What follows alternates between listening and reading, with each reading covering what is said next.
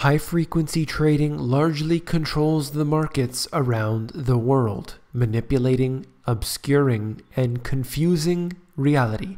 Despite this, we must still look at all of the indicators and attempt to piece together the truth.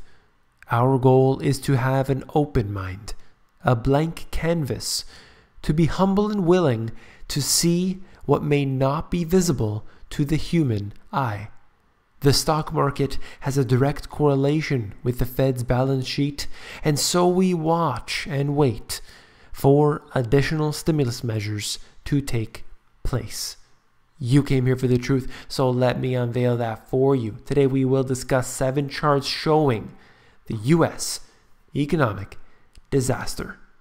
Now, these are in no particular order.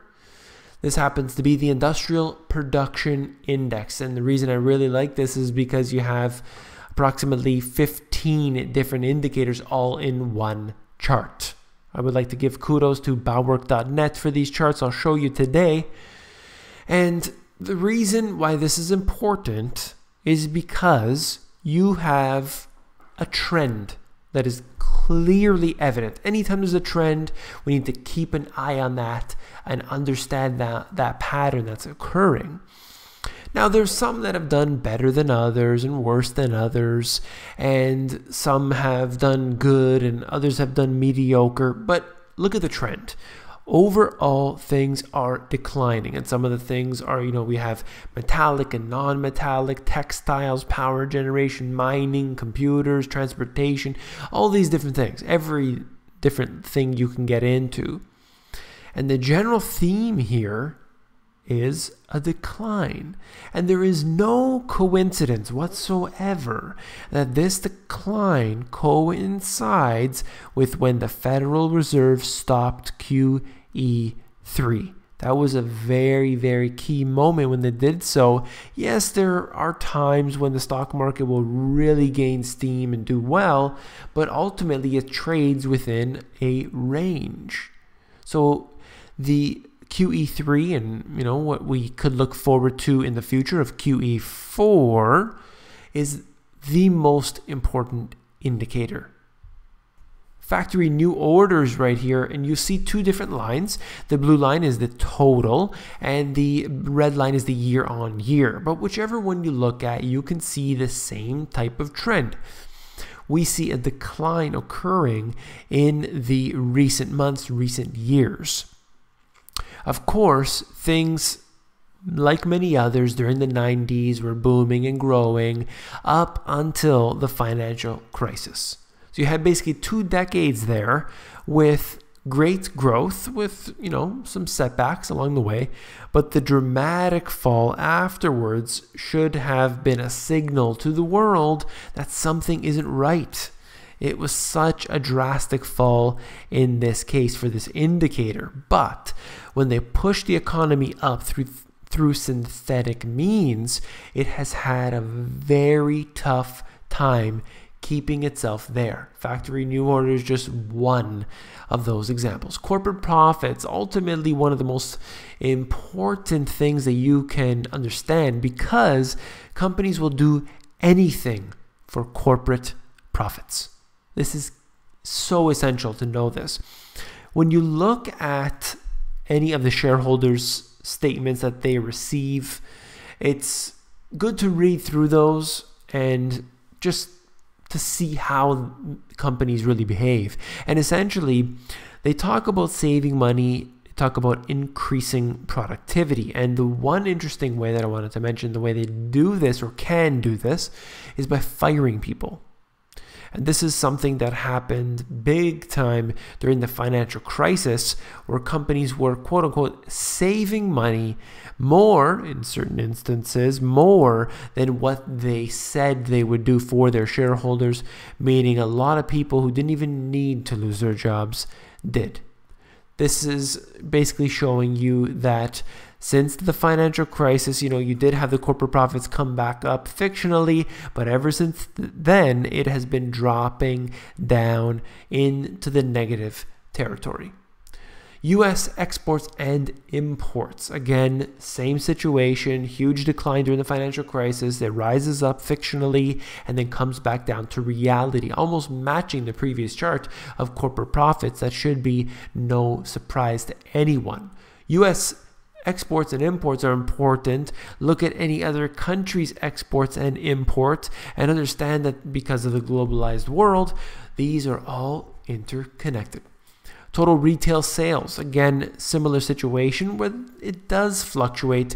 You have to look at, let's say, 2014 versus current trends, and you do see the overall decline that has occurred. But what we need to realize here is that what are they paying for these items with? And ultimately, you see the debt expand beyond reason. I'll get into that more in a second. As you look at this, it's just another way to show that chart here, total retail sales, and you can see again going into the negative territory. From my book, I talked about bailouts.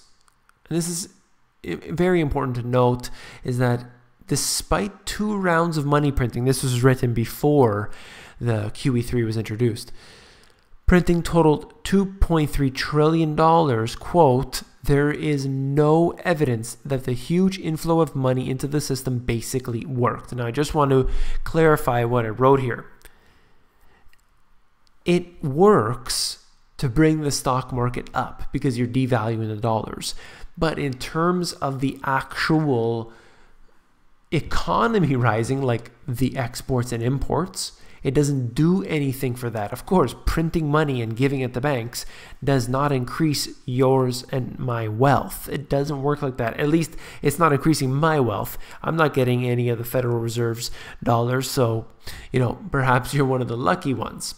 So let's move on here. Auto loans. Number 1 as a share of disposable income, and number 2 as a change in US dollars. All I wanted to note from this is basically that people are borrowing money more than ever to buy cars. The financing is cheap and they are getting on the bandwagon of debt. That's what's happening here. Cars are just one more, houses are yet another. Total business sales, this is obviously interconnected with total retail sales, and you have that sort of drop off over the recent time. Again, QE3 ends, you have big problems. What I would say to conclude this video is that we need to look at the Federal Reserve's balance sheet, and you can see the 2 charts. I've shown it before where they put them on top of each other and there is a direct correlation. As soon as the Federal Reserve prints money, stock market goes up. They stop printing money, it trades within a range. So obviously very, very important. I've done videos about the indicators you need to check out, so obviously that's critical if you haven't seen that already. It's been a little while now, a few weeks maybe. But what we need to understand is that if you just take the government indicators at face value, the unemployment rate, the inflation rate, you're not going to get anywhere. You need to look at these type of indicators, piece them all together to formulate your own decision, not to determine any particular inflation rate, for example, like John Williams does, for example. I mean, that's great that he does that. I really like that. But ultimately, determining the rate of inflation isn't going to help you and your decisions. It's higher than what they're telling us. That's all you need to know. So that's all I wanted to say for this video. If you found it informative, please give me a thumbs up. If you're not already, please become a subscriber. I post videos on here approximately every single day, so please check that out. Get on the subscription here as well. And of course, last but not least, if you found this video informative, you'll definitely find my book, The Money GPS, more informative. If you head over to Amazon, they have a look inside feature, which will allow you to flip through the pages of the book and see if you like it. Take care.